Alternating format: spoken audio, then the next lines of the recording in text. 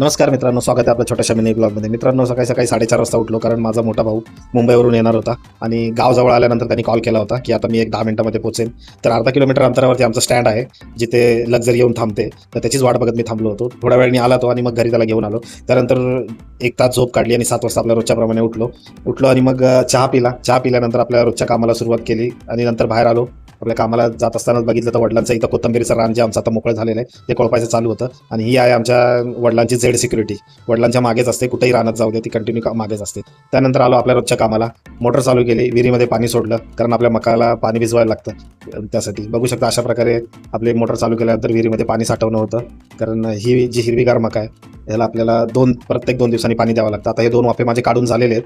आता तिसऱ्या वाफाला सुरुवात करायची. तर एक वाफा मला 7 दिवसाला संपतो, तर असे 4 वाफे आहेत. तर महिनाभर अजून ही मका जाईल, पण त्यात एक वाफा आम्ही आमच्या चुलत्यांना दिलेला आहे. त्यामुळे आता 21 दिवसाचाच फक्त राहिलेला आहे. तर अशा प्रकारे आपण मका तोडून घेऊया. मका तोडून घेतल्यानंतर वजं बांधून घेऊया. वजं बांधून घरी आलो. घरी आल्यानंतर कालचा राहिलेला कोंबडा आणि भाकरी खाऊन घेतली. म्हणजे सकाळी 10 वाजताचं जेवण आहे आमचं. त्यानंतर परत व्हिडिओ काढून झाल्यानंतर परत दुपारी 3 वाजता आलो एक वजं घ्यायला. मी दिवसातून 2 वेळा इकडे येतो. हे पण आमचं रान थोडं लांब आहे, एक 10-15 मिनिटाच्या अंतरावरती रान आहे. रोज मला इथे 2 वजी घेऊन यावं लागतात. सकाळी 1 वजं घेऊन आलो, तसंच दुसरं पण वजं बांधलेलं आहे आणि दुसरं वजं बांधून घरी घेऊन आलो. 2 टाईम हिरवा चारा होतो. त्यानंतर घरी आल्यानंतर 4:30 वाजले होते. आपल्या रोजचा टाईम प्रमाणे शेरडा आणि कोंबड्या सोडायचा आपला टाईम झाला होता. तर बघू शकता शेरडा बसलेली आहे. तोपर्यंत आपण कोंबड्यांना आधी सोडून घेऊया. अशा प्रकारे जसं मी तुम्हाला सांगितलं होतं की माझ्याकडे 30 कोंबड्या आहेत आता, तर आपल्याला 100 करायच्यात. तर त्यापैकी एक कोंबड्याचं तर मटण खाल्लेलं आहे काल, तर असं करावं लागतं कधी कधी. तर त्यानंतर शेरडा सोडली. बघू शकता आता तर बाहेर आवाज येत होता म्हणून ती घाबरत होती, नाहीतर दरवाजा उघडला की ते बाहेर पडतात दुधासाठी.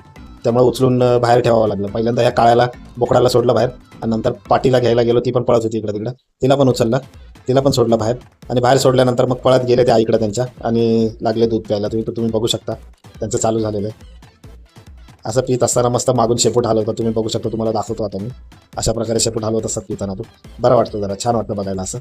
आंबे खराब झाले होते म्हणून उकिरड्यामध्ये टाकले होते, त्यालाच कोंबड्या खात होत्या. बघू शकता अशा प्रकारे भरपूर आंबे खराब झाले होते. त्यानंतर आपला गोटा झाडायचा टाईम झाला होता, जो आपण कोंबड्या दिवसभरात डालतो, ते घाण करतात. तर हे रोजच्याप्रमाणे आपण गोटा झाडून घेतो. बघू शकता गोटा झाडून झालेला आहे. त्यानंतर गोटा झाडून झाल्यानंतर आपण गुरांसाठी चारा तोडायला जातो, मका तोडायला जातो. तर हे रोज 2 कुत्र्याची पिल्लं आहेत, ती रोज मस्ती करायला या टायमिंगला येतात. तर बघू शकता चारा तोडायला सुरुवात केलेली आहे मका, आणि मका तोडून झालेली आहे. तर मित्रांनो, हा आहे आपला रोजचा शेड्यूल कामाचा. तर मित्रांनो, व्हिडिओ आवडला असेल तर व्हिडिओला लाईक करा, चॅनलला सबस्क्राईब करा आणि इंस्टा फेसबुकवरून बघत असाल तर फॉलो करा. तर चला भेटू पुढच्या व्हिडिओमध्ये. Bye bye, good night.